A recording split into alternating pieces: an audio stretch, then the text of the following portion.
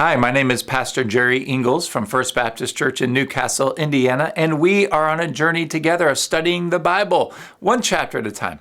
I'm writing a short devotional thought on each chapter that I'm sharing that with you. Today we're looking at Genesis chapter 41. Can God use you to do great things for him? Joseph is still in prison, and the Pharaoh has a dream that no one can interpret for him. His magicians, his wise men, no one. The chief cupbearer, remember him from last chapter? He had forgotten about Joseph. Joseph had been left in prison for 2 long years. Well, he remembers, and he tells Pharaoh about Joseph's ability to accurately interpret dreams. Pharaoh calls for Joseph in Genesis chapter 41, verses 15 to 16.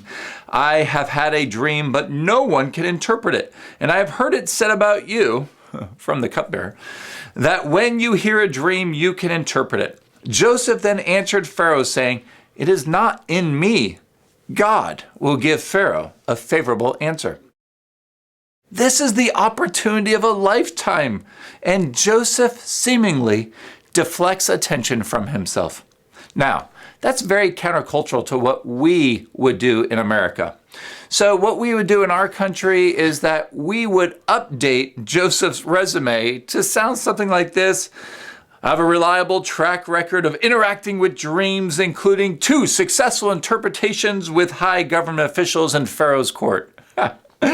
You know, when people write their resumes, they're actually coached to pad, not to be dishonest, but to pad them a little bit, because our culture is all about making yourself look better. Oh, but that's not what Joseph does. Instead, Joseph shows, get this, confident humility.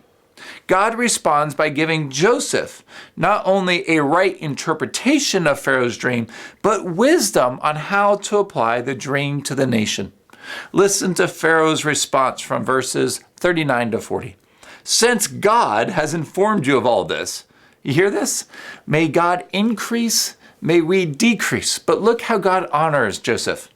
Since God has informed you of all this, there is no one so discerning and wise as you are. You see, God's still getting all the glory, even though Joseph is the one that God is using. Pharaoh continues, you shall be over my house, and according to your command, all my people shall do homage. Only in the throne I will be greater than you. You see, Joseph is a great illustration of Jesus' promise from Matthew 23:12. Whoever exalts himself shall be humbled, and whoever humbles himself shall be exalted. Humility is not thinking less of yourself. It's not tearing yourself down and saying that you can't do anything. That's not humility. Humility, rather, is simply thinking of yourself less.